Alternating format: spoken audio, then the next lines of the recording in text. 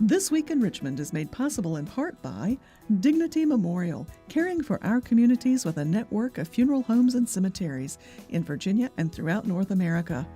More information about Dignity Memorial's providers is online at dignitymemorial.com.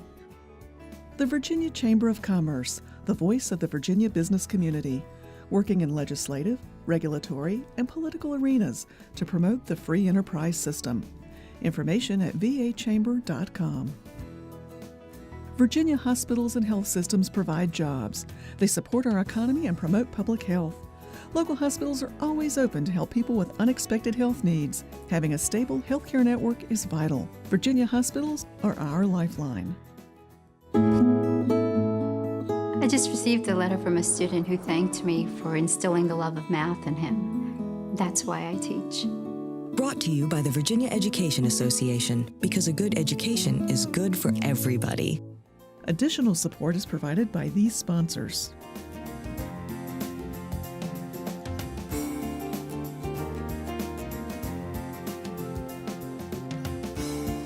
And by the members of Virginia's public television stations. Thank you.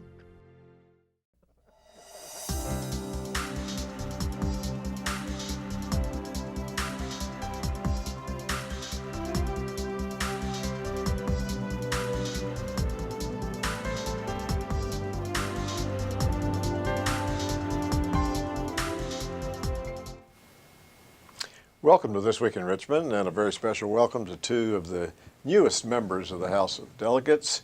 We very much appreciate you being on, Delegate Chris Collins and Nick Freitas. And we're interested in your telling our viewers about issues you've been working on, your bills or each other's bills, and some of your impressions on your first 50 or so days in the General Assembly. So either one of you start, and then the other one jump in. Well, it's been a great first session. I think that we've received a lot of help from the senior members. Again, sometimes a gentle nudge, sometimes a swift kick, but we always receive a lot of help. But again, I think one of the things that's been very encouraging is everybody talks about the Virginia way, and it's absolutely true. I talked to some of my friends that work north of the Potomac, and their experience in the legislature is, I think, very different from the one that we had. So. I had 3 bills going to the governor's desk. So we have one on the Veteran Services Foundation, so we're excited about that. It's going to help clean up some of the language, and then it's also going to encourage them to look for equal representation among the several branches of the service, as well as the officer and enlisted ranks. We've had another bill that is going to help some of our local craft distilleries be able to increase the sampling size a little bit more to help them out. And then my last bill, which just got out of Senate Finance, was HB 760, which is a transparency bill. So hopefully we're going to make some improvements to our transparency website, let constituents, make it easier for constituents to be able to see how the government's spending their money. So again, I think it's been a productive session all around. Excellent, excellent. I have to agree with Nick. Both of us were freshmen. We came in together. We went through all the orientation together. And so we've learned this from the ground up together. So I have to agree that even leadership from both parties have been very. Luke Torian is my next door neighbor in the general office building, and he's been very helpful, and his staff has been very helpful. So it's been a really good experience. I also have a veterans bill, a stolen valor bill to prevent individuals from getting free services by using a military uniform. But probably the biggest piece of legislation I've done is a drug court bill. We haven't had one pass out of the House or the Senate in over a decade. That's been blocked, but I was able to get it done for my locality, and it's something we need. We have a significant heroin issue up in my district, and so this is hopefully a new tool that we can use to deal with the problems of addiction. Oh, excellent, excellent. So the session will be winding up soon. In fact, by the time viewers will be seeing this program, you will be back home, and it'll be prior. It's going to be sad. Yes. Oh no, let's hope that's right. be prior to the time that you're coming back for the reconvene. So during your time here and working on these bills, or you're already sort of seeing some issues that you'd be interested in working on in the upcoming session, or are you going to wait and take a break and figure that out? Definitely want to spend some time with family, but we've already established some working groups with people, with our constituents, with local government. So I think we're already looking ahead to bills going into the next session. And again, the importance of that is the more lead time we can get, the more time we can sit with stakeholders and make sure that what sounds good on paper actually works good in reality. I think that makes for better legislation. So we're looking forward to that. I know this is great. Same thing. It's trying to When you're coming down here, you win an election, you work towards the election, and then all of a sudden you have such a short amount, such a short window to try to get things ready. Now we have the length before the next session to actually sit down with localities and try to figure out what needs to be tweaked and what needs to be changed a little bit, and go from there. You know, some of the viewers may be saying, I think I've heard your name somewhere before. And if they've heard it, it made some press when you tried to help someone in distress on Broad Street outside this building. That's correct. And unfortunately, a couple weeks ago, there was a hit and run incident, and a young woman was hit in the crosswalk over at 7th and Broad. And in responding to that, along with some other citizens, I had dropped my bag on the ground, and somebody had made off with it. But I will say that the real story of all of that was the young woman that was hit. I can't tell you how impressed I was by just her composure and her demeanor. When you experience a trauma like that, you expect someone to really be in shock. And she just remained so calm, so cool. She was very concerned that her loved ones, her husband, her co-workers knew that she was all right. And it appears as if she's doing well. So that's very good. And thankfully, they also caught the person that hit her. So. Again, overall, it was definitely a sad story, but I was very impressed with the way that she conducted herself. And Delegate Collins, if people that have been by your office, they find that outside your office is a unique sort of, I won't call it a gadget, but a way to check in, and there's even you even have an app that people can download. So my legislative assistant, he's from the technology area, so he created a standalone kiosk for people to sign in. Most everybody else has an actual notebook that people sign in their names. With my system, you log in, you automatically get logged into an electronic system. And yeah, we did create an app that has push notifications, and people can keep track of what's going on and send me notifications or send me messages through the app. So there's at first everyone was going to make fun of me for my little kiosk, but then they realized it was pretty cool.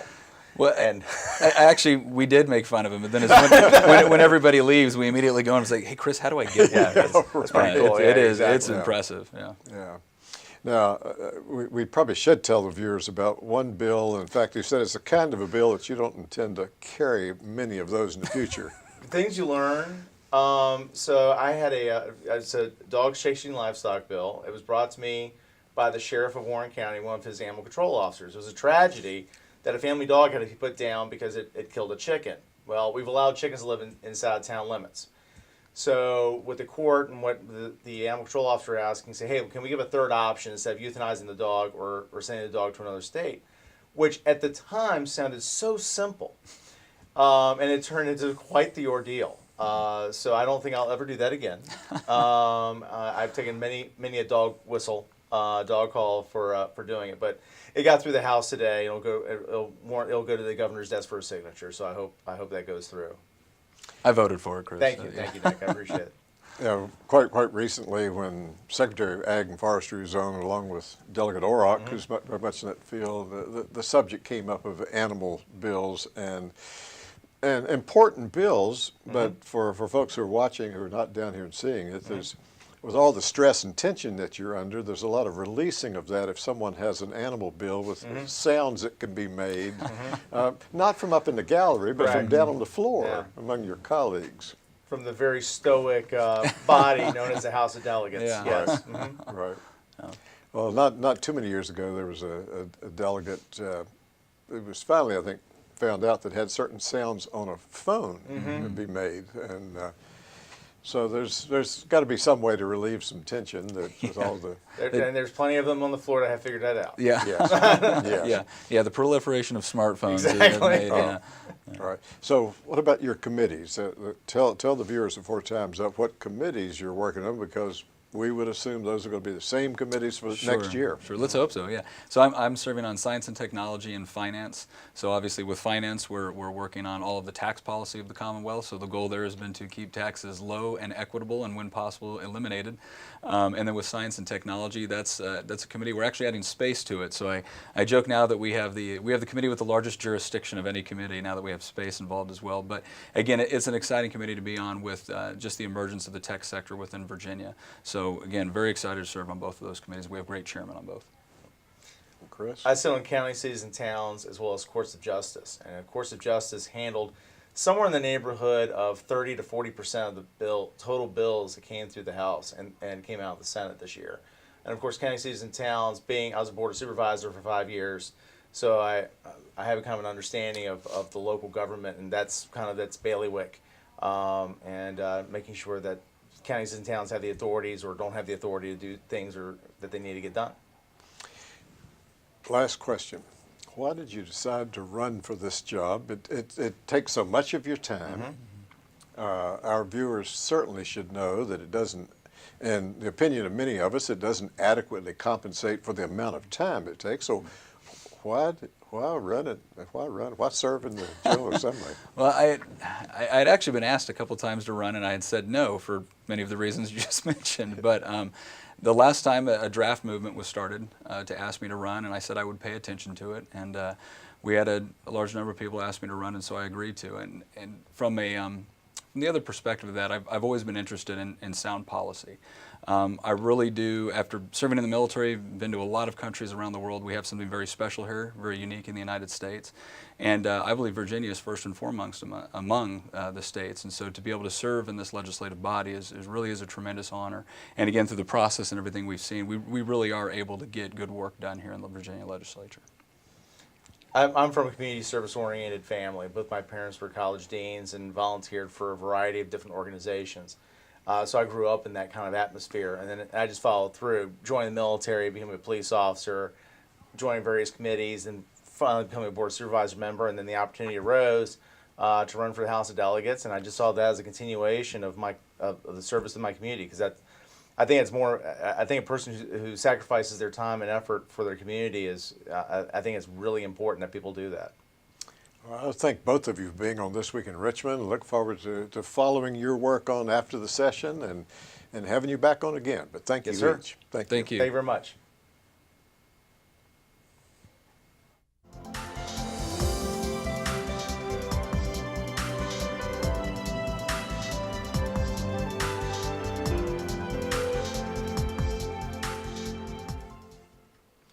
Today's a very special day because we have an opportunity to have two more of the newest members of the House of Delegates, Delegate Steve Heretick, Delegate John Bell. Thank you both for being on This Week in Richmond and helping our viewers get an understanding of what you've been doing this session, the kind of bills you've been working on, issues, and some of your impressions on your first session at the General Assembly. So one of you start and the other one jump in. Defer to my colleague. Well, thank you very much. Thank you for having us on the show today. It's been a wonderful experience, and I know every day that I walk in the chamber, it's just such an honor to be here. And people have often asked me this year, well, what's the biggest surprise? And I said, well, I try not to have too many expectations, but to be honest, it's how nice everyone has been. And that's, everyone, the clerk staff has been outstanding, the staff in the House, and then everyone serving both sides of the aisle, just tremendously nice people, and has made the experience just a pleasure and an honor. Great. David, thanks for having Yes, us. I will tell you, this is the privilege of a lifetime for me, much like it is to all of our colleagues. I grew up not far from here in Hopewell, and while I live in Portsmouth now and represent Portsmouth and Norfolk, I can tell you I kind of grew up in the shadow of the Capitol. My sister worked here for many, many years, and for me to come up and sit with these guys and to do the genuine work that has to be done, it's an amazing privilege. And I can tell you, as a history freak, walking into Mr. Jefferson's Capitol, and we're just 3 years away from the 400th anniversary of the beginning of the Virginia House of Burgesses, which of course we are their direct descendants. It's an amazing tradition to be a part of. So into this amazing place that you're working, what kind of issues then have you been working on, both your bills and other issues that maybe you've been working on in committee? Well, as a freshman, I brought in sort of a mixed bag of bills. I had some criminal justice bills. I have been an attorney, a former federal prosecutor for about 30 years, and so I have some things I would like to see changed in our criminal laws. Unfortunately, those met quick and untimely deaths in the courts committee, but there's always next year. And in addition to that, we have a number of economic development bills. I have one that did survive. It's being studied. There's a work group that Chairman Kilgore in Labor and Commerce has commissioned a study group to help refine the bill over the summer, which will probably come back for passage next year, fingers crossed, which will completely redefine and I think advance the wireless communication system we have throughout Virginia. So for me, that's a pretty major bill, and I'm very excited about that. John? Well, I was very fortunate to get a bill passed, and I've got another one which has made it out of committee and was incorporated in the first bill. Both of those are consumer protection bills, which is something I feel very strongly about, and they help to improve the disclosures for home buyers, both on adjacent parcels and also on potential waste systems. We've had issues across the Commonwealth where people have entered into agreements to buy property, and then they later found out about issues related to parcels that were adjacent, and these two bills are actually hoping to alleviate that and have more informed buyers. I did have some bills that were fairly complicated, and we're not quite ready for prime time, I'll say, and we're going to do more work on those. One of them is called Practical Design, and it's an efficient way that 9 states have used to decrease the cost of road design by really using common sense, building to need. But it's complicated. So we're going to work on it over the summer and then come back next year, and a number of educational things that I worked on that actually was proud to have the support of Virginia Tech, UVA, JMU, for solar public-private partnerships, green technology integrated with engineering programs. Again, very complicated. So we're going to keep working on it, and we're going to come back next year. But honestly, it's been a tremendous experience for me. You know, the bill you mentioned about property and what else was happening did bring back to mind some angst that we had in our own family at one time when we moved into a subdivision, and only about 10 years later discovered that this dead-end cul-de-sac street we're on was set to enter into a new 4-lane that was to be constructed, and we're not that close to it. But the people who were very close to it were quite upset because they didn't know when they were buying into that community that some of that was already in the planning. So that's an issue that certainly homeowners and consumers are concerned about. Absolutely. We've had, in my county, Loudoun County, we've had a tremendous amount of success with wineries, with some farm breweries, and these are great growth industries for Virginia. But it's also important when you buy a property made in a rural area that you know something like that might have a lot of visitors, maybe your next door neighbor in a year or two. Right. So that's what we want to know, is make sure people are just really informed and that there's no misunderstandings or regrets down the road. Right. So what committees have you been spending time working on? Well, I've got cities, counties, and towns with Chairman Riley Ingram, and it's a special privilege for me because I've known Riley literally since I was a boy. Yes, I grew up about 3 blocks from him, and as he will tell you if asked, I was his paper boy growing up, and he spent some time as our mailman. So it's nice to finally get to work with him in that context. And I have science and technologies with Delegate Anderson. So 2 perfectly interesting committees. I was very happy for those assignments. And for our viewers who maybe aren't clued in, the county, cities, and towns is really dealing with all bills that deal with local governments. Well, I can tell you, I spent 8 years as a city council member in Portsmouth, and we have what we call the Dillon Rule in Virginia, which basically limits the ability of localities to do a lot of their own legislation without the authority of the General Assembly. So cities, counties, and towns deals a lot with requests from localities to change their charters, to give them more powers, to let them do different things, and to give them the basic tools that they need to operate day to day. So I think coming from a local government background, David, it's just been very, very helpful to me in understanding the process. Right. And what committees is you? Well, I'm also on the county, cities, and towns. So we've gone through a lot of those bills together, and then also the other one I'm on is militias, police, public safety, and as a retired military officer, that committee, I deal with a lot of issues related to our National Guard or military-related issues, as well as public safety and our police issues. So many bills that go through there each year, and but both of the committees have been great experiences for me, and able to have a part in in making some bills that pass better, and also making sure we don't do things that would cause an undue burden and maybe have unintended negative consequences. You both mentioned some bills that weren't ready for prime time, at least by your colleagues' opinion this year. Maybe you thought they were, but would be coming back. So what are some of the issues then that you see that you will be working on between now and the 2017 session? Well, I definitely will work on the practical design bill. I worked pretty extensively this year with VDOT and with industry stakeholders, and I'll go back to them and we'll work and make sure we can get the efficiencies of that without overdoing it. And another bill that I'll mention, I have one on LED lights to convert our state highways and outdoor buildings to LED lights, because the payback is about 3 years on that once they're installed, and they're made in America. So there's lots of positives. However, it's fairly complicated, because do we replace them when a bulb goes out? Do we do them all at once? If we do one in Capitol Square, do we have one light that doesn't match the rest? Interesting. It's complicated. So it's a matter of trying to work through all the technical issues and also maintain historical look and feel of different locations, the treasures that we have the honor of protecting. And David, in my area of Hampton Roads, the 79th House District, which I represent, basically subsumes all but one port in Virginia. So we have the ports in Norfolk and Portsmouth. We have the Norfolk Navy base. We have a lot of transportation issues going forward. So the two big things on my plate, probably for the foreseeable future, are going to be port development, because the ports of Virginia are one of the key economic drivers in the Commonwealth. A recent William and Mary study reflected that like literally 1 in 10 jobs in the entire Commonwealth comes between indirectly and indirectly from the ports of Virginia. And the governor's initiative this year to put $350 million new dollars into port development, particularly in Norfolk, is going to be a tremendous boon to our ability to help the Commonwealth. But nevertheless, there are always challenges that go with ports, and particularly in terms of infrastructure. We have to dredge our channel to 55 feet to stay ahead of the competition in New York and Savannah, Charleston. At the same time, we have to continue to upgrade our roadways. Tolls, as you probably know, are a big issue in Hampton Roads where I live. And that said, that sort of transportation issue is going to stay with us for a very long time to come.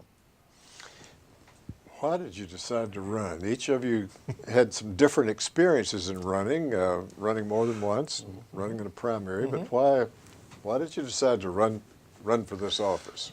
Well, I believe in public service, and as I said, I'm a retired military officer. I was in the Air Force almost 26 years, and my belief in public service is very strong and deeply rooted, and I don't believe my service ended when I retired in 2007, and this is another way for me to serve. You don't do this job for the money, and frankly, as a retired military person, titles don't mean anything to me. I'm very honored to have this title, but I really think it's more about serving the people, and this is I've been blessed in my life. This gives me a chance to try to do some good for the Commonwealth and to give back. And for me, David, going back to when I was a boy, we had a delegate who still looms large on the Hill here, Hardaway Marks, who was a bit of a role model for me, both as a legislator and as an attorney. And public service was always drilled into our heads, growing up. My dad was, very, very supportive of that. And, having served in a local level in city council, you begin to see the role that the state legislature really does play in the day-to-day of every locality in the state. And over time, I have to admit, I got a little frustrated with some of the representation we had, particularly with the toll issue in Hampton Roads. I thought that, we were just completely disconnected from what was going on here in Richmond and what was being done, to us and in our name. And I think, like a lot of elected leaders, it's to some extent frustration together with desire to serve, which prompted me to step up. I regret at times that we didn't have a program like this when Delegate Hardaway Marks was here. But I think among people, you and others who have memories of him, we could more than fill an entire show telling Hardaway Marks' story. He was larger than life. The chair of the courts committee in his latter years, and his record of his ability in the courtroom. He was phenomenal. Yes. You know, I remember especially as a young boy, during summer vacations, I would go down and watch him. I was 8, 9 years old, and you know, for your viewers, Hardaway was what, about 6'8". He was Yes. easily the Yes. tallest man Right. anywhere in his generation. And I would go to court and see him sort of leaned across the bench and just doing cases. And Right. you know, he never met a stranger, never had a bad word to say about anybody. And somehow, you know, I grew up thinking that's the kind of lawyer I would like to be. He was a tremendous role model. Yeah, a great person, and still looms large here at the Capitol. Oh, yeah. And I suppose if you were in the House session now, you might say we will adjourn in the memory of Hardaway Marks. We would indeed. But I think our time is up, and glad that we have a chance to talk with each of you, and look forward to having you back on This Week in Richmond. Thanks, Dave. Thank you very much.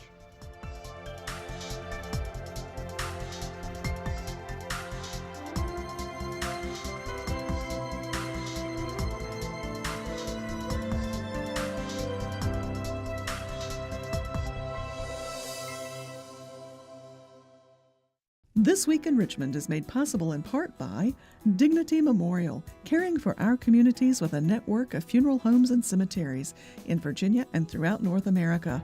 More information about Dignity Memorial's providers is online at dignitymemorial.com. The Virginia Chamber of Commerce, the voice of the Virginia business community. For jobs, the economy, and public health, Virginia Hospitals, our lifeline. The Virginia Education Association, because a good education is good for everybody. Additional support is provided by these sponsors.